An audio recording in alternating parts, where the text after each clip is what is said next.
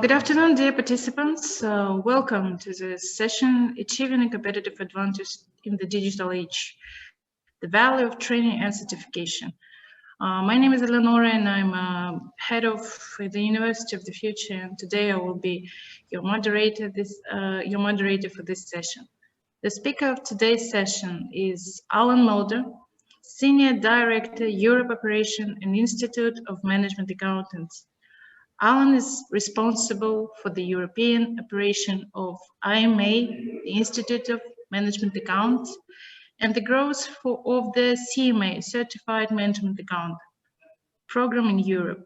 Alan Mulder is frequently international public speaker and discussing the future of finance, the impact of technology on the finance profession, the quarterly global economic conditions survey. This is the largest regular economic survey of accountants around the world in terms of both the number of respondents and the range of economic variables in monitors. IMA is one strategic partner of the University of the Future. In cooperation with IMA, we are actively promoting CMA program professional development of local specialists.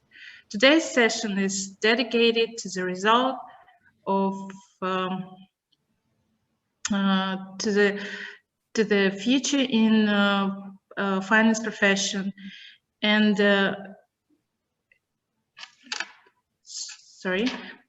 this session is translated to Russian, and to enable in your Zoom controls, click into interpretation and click the language that you would like to hear. To hear the interpret language, only click mute original audio. For questions to the speaker, we kindly ask you to use the chat box or the Q&A session. At the end of this session, the speaker will answer your question. If preferred, you could also ask questions in person by turning your audio in for conference. In case of technical problems, we ask you to address the question to the moderator, to me, who will individually resolve your issues. Thank you for your attention. Alan, the floor is yours. Yeah, thank you so much, Eleonora, for that nice introduction. Also thank you for joining me in this presentation. But let me first start with congratulations the board, of course, of BCPD, but also the rest of the team with the ceremony and the opening of the University of the Future. We really think that this is an important development and that is also very innovative. So we are really happy that we as IMA, also with the CMA, are a partner of this initiative, and we are fully committed to it. So let me start with that, of course, first. I will share my screen and then I can start with my presentation. So you must now be able to see my presentation. So today, can you see my presentation? Yeah, great. Thank you.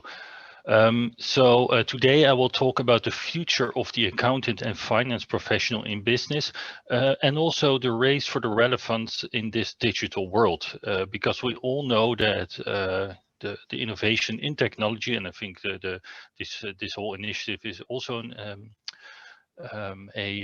example of that, is really impacting our profession. So in order to stay relevant in this heavily changing world, we also need to upskill in terms of our finance skills, but also with our technology skills. Eleonora already introduced me. My name is Alan Mulder and I'm the Senior Director of Europe Operations at IMA, the Institute of Management Accountants. Here you also see my contact details and also a code to connect with me on LinkedIn. If you have any questions, of course, feel free to ask them today after the presentation, but also later on, if a question pops up, then also feel free to contact me anytime. I'm more than happy to help you with that and answering that question. Just a brief introduction about IMA. IMA is one of the largest and most respected associations focused exclusively on advancing the management accounting profession. And we are proud to support our members and the profession for research, the CMA Certified Management Accountant Program, continuing education, networking, and advocacy of the highest ethical business practice. Our members are located all over the world and are supported regionally out of the offices that you see on this map. And also in Kazakhstan, we are very active. We have a chapter in Kazakhstan operating. Here you see an event we did previous year in January, just on time before the lockdown. So we had an executive finance panel and we gathered with members, IMA members and CMAs in Almaty in the Intercontinental Hotel. And it was very nice. And I'm looking forward to visit very soon again, if that's possible and when that's possible, to meet our members and to start networking again. And of course, you are also more than invited to join those events as well going forward. Let's now start with the whole theme. Automation has been around for a very long time, and especially now with COVID-19, the urgency to automate has never been greater. Actually, research from McKinsey showed that 75% of all the CFOs globally, they increased actually what they are going to spend and invest in technology development and finance transformation. So the relevance really depends on the competency, talent, and technology is secondary to people and process. So that's really a call to action that we must upskill in strategy management and data science. And we must recognize what is at stake for us as finance professional, and that's our relevance and influence in a fast-moving digital age. And I think this is a very good example of how it was, well, actually in the past and maybe also now, and what is the future state of our finance profession.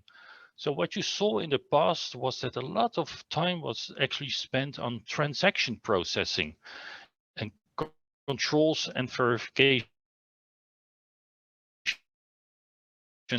and just on top spent on analysis and delivering value to the rest of the business. But because of technologies like process mining and RPA, robot process automation, we see that transaction processing is automated. So that results that we have more time to add real value to the business and give advice to them and analyze all the data we have with data science.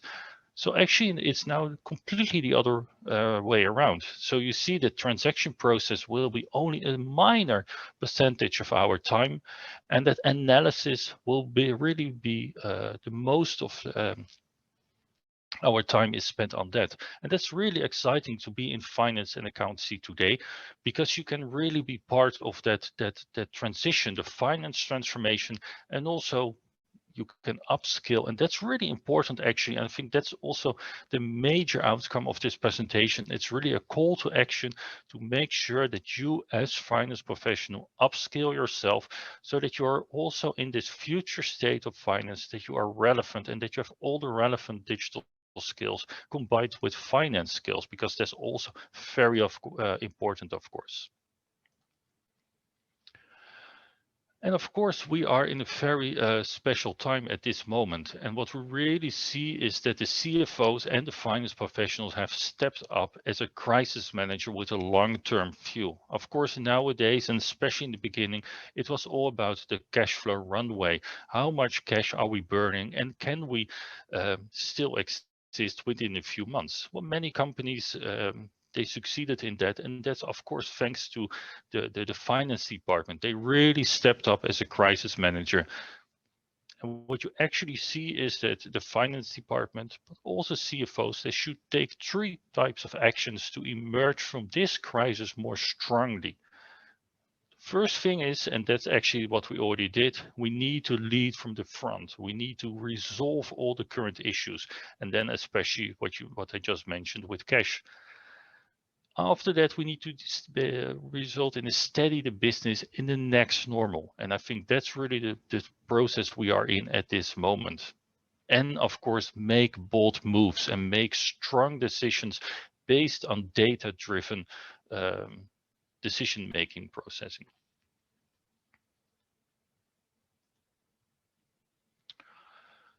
And what we also saw is that finance team is actually going from governance as table stakes to guidance and really be that business partner of the organization.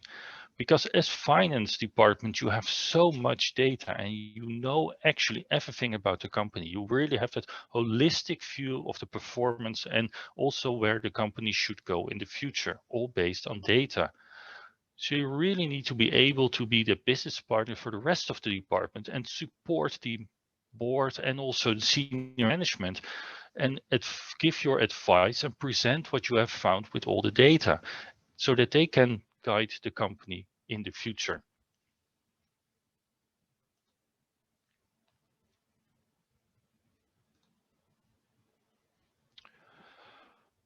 And what I also mentioned, of course, we are in very special times at this moment.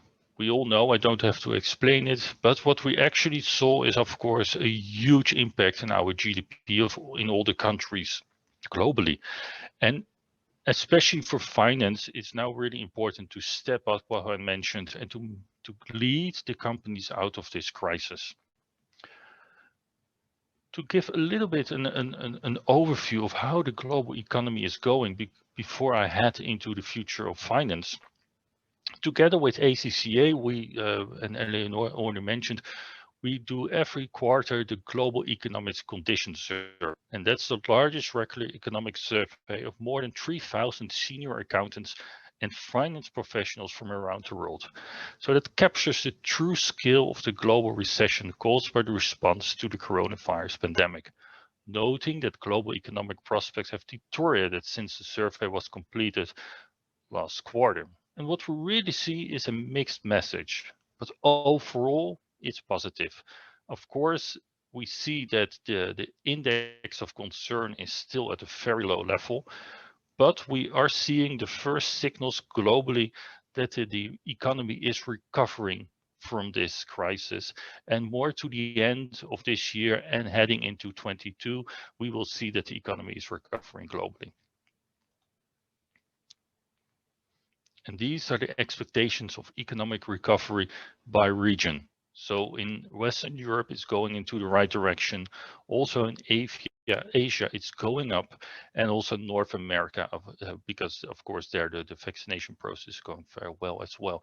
But also in Asia, Central Asia, Western Europe, we see that also the economy is rebounding actually. So that's a really good thing.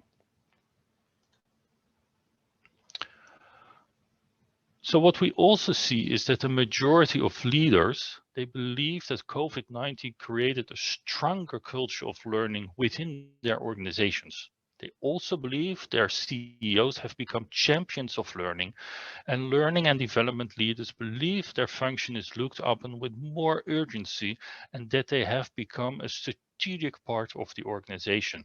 And that also relates with what the CFO said, that 75 or 85% decided to increase their spend on technology investment. So that means that the whole crisis accelerated the finance transformation. So it's really key to make sure that you upskill at this moment.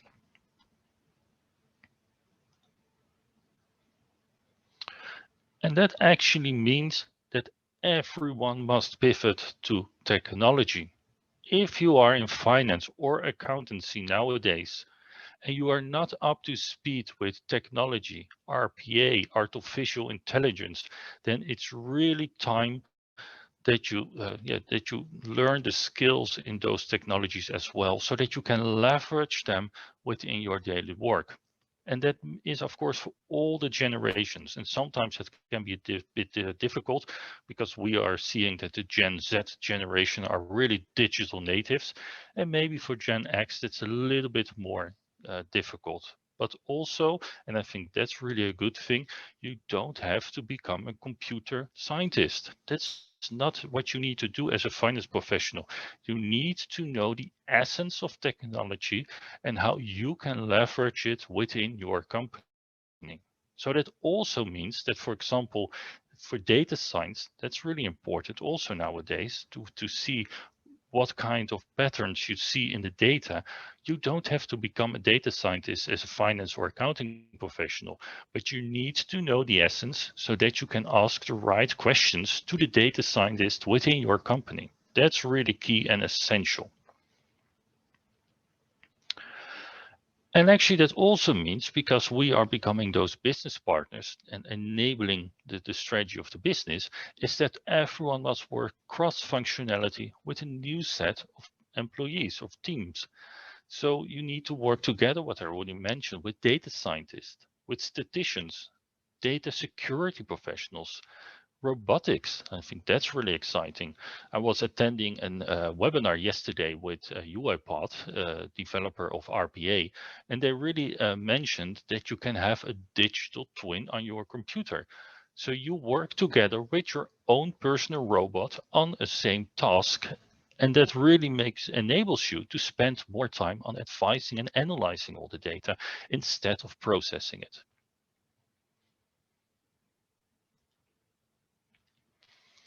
But the skills gap continue to be high as in-demand skills across jobs change in the next 5 years. The top skills and skills group which employers see as rising in prominence in the lead up to 2025 include groups such as critical thinking and analysis, as well as problem solving and skills in self-management such as active learning, resilience, stress tolerance, and flexibility. On average, companies estimate that around 40% of workers will require reskilling of 6 months or less, and 94% of business leaders report that they expect employees to pick up new skills on the job, a sharp uptake from 65% actually in 2019 when they also did this survey. And you see that the top skills are really critical thinking and analysis, problem solving, and etc. It's nice to have those skills, and that's essential, of course, but you can only be a critical thinker and provide good analysis if you are an expert in your field. So that's also why it's so important to have all those finance skills combined with technology. And I also wanted to provide a business case for artificial intelligence. This was one of our members where we also sold it, and it was actually a healthcare CFO, and he was looking for a solution for the greatest pain point, prior authorizations. So that's actually the process by which insurance companies and payers determine if they will cover a prescribed procedure or medication, which are meant to help the patients avoid surprise bills and unexpected out-of-network costs. The large manual process is time-consuming and error-prone. So a lot of time also from the finance professionals was spent on this actually. And afterwards, there were also still a lot of errors and also surprises, which is not good, of course. So they consulted a company that was an AI technology firm, and their solution was AI-enabled system, which automatically checks for new cases, submits them directly to payers via secure integration,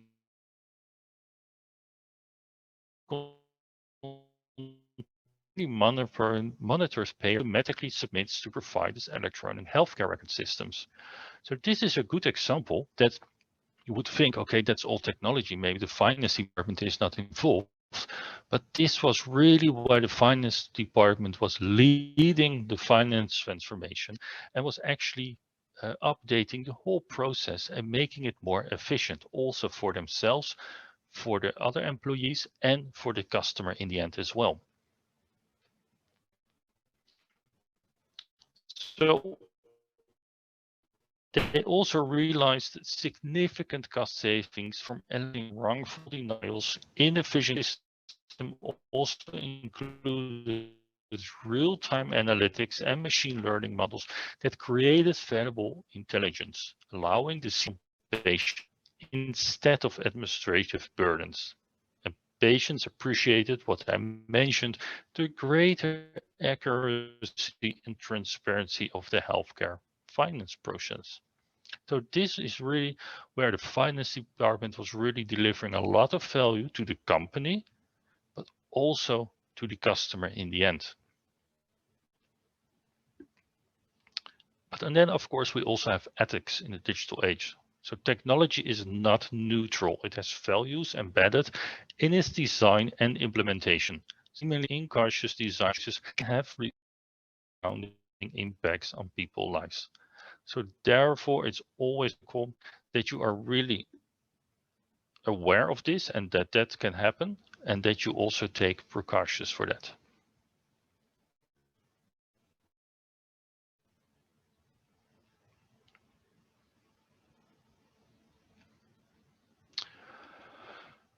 And this is actually really a good book if you want to know more about analytics, competing on analytics by the Harvard Business School Press. This is really is actually already from 2007, but it's still very relevant. It's good analytical capabilities require good information management capabilities. But analytics should not be equated with analytical information technology. It is the human and organizational aspects of analytical competition that truly differentiate. So technology is not taking over our jobs. They are really helping us. But it's always the human that should be leading this whole process. So data science is critical for accountants to deliver insight and foresight. So we have statistics, data and data applications, and the business domain itself. And here you also, and I think the third bullet is the most important one, no accountants don't need PhD in statistics. Очень нужен. Никакому бухгалтеру нет необходимости получать PhD, но у нас должны быть профессионалы. For value to our business. And then we also have the tools, of course. So what you here see is that Excel is not a choice in the survey we did. It simply may not cut in the world of big data. So if you start with data science, then Excel is not your tool. Because Excel has a limit of 1 million rows of data, but as the amount of data increases, the speed reduces drastically. So you really need tools like Python, R, or SAS that can process billions and trillions of data. And here's a chart that shows the evolution of data analytics from descriptive analytics to diagnostic, to predictive, and to prescriptive. Note the lines of sight, of hindsight, insight, and foresight. Management accountants are already doing data analytics, but traditional analytics, profitability analysis, cash flow, return on assets, and they tell a limited story, but they need augmented data analytics. So for example, descriptive, what happened, diagnostics, and why. Predictive, they use statistical analysis, data modeling, real-time input, real-time value scoring, and machine learning to detect.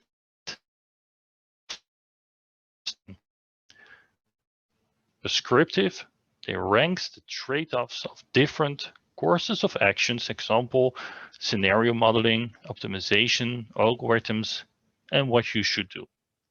So underlying assumptions will gain competitive advantage if we can anticipate the future better. And this is really where the finance professional and the whole department is delivering its value. They already have a lot of experience with data analytics, so they are really the go-to department for the board and the management of the company. If they want to know more, where they should go.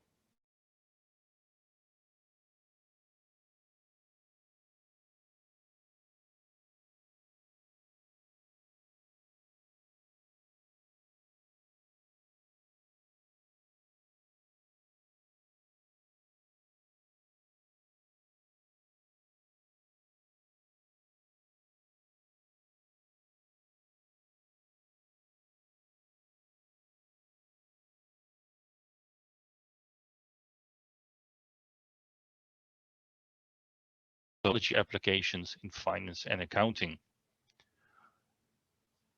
If I go to corporations, then it's really tone at the top in embracing data analytics as the new science of winning in a competitive age full of disruption. And for accounting associations like IMA, be part of the solution by advancing competency with training and education. And that's also why we are so excited about this partnership with BCPD and the University of the Future, that we can really be part of training finance professionals for the future of finance and accountancy. So what are we as IMA doing to do our part in preparing for the future of finance? We do continuously research on what kind of skills finance professionals need to do their job very well and to deliver value to the company. So therefore, we have the IMA Enhanced Management Accounting Competency Framework. And here you see what kind of skills you need to have as finance professional. Because this is only one visual, but it's a whole report, and by job you see what kind of skills you need to have. So for finance analyst or for a treasury manager or a CFO, you see what kind of skills you need. If you want to have this report, you just go to imanet.org and search for the Management Accounting Competency Framework. And you can download it for free. You don't have to leave your email or etc. You can just download it. And we see many companies, also HR companies, that when they are looking or searching for new professionals, then they basically copy paste the skills from this framework. And that's really what we want, because then we are really helping the profession and the companies. And IMA is also the organization behind the CMA, the Certified Management Accounting Program. And that's really where we help professionals to help prepare for the future. So you see that technology and analytics is a huge part of the exam. But you also see that finance skills like external financial reporting, decisions, planning, budgeting, and forecasting are all included. And what I just mentioned, decision analysis, because it was really on top of skills people are looking for companies, is also included. So people who did the CMA, and we did research to that, are well prepared for the future of finance. And they are the go-to expert for the rest of the company in order for finance and where they should head with the company in the future.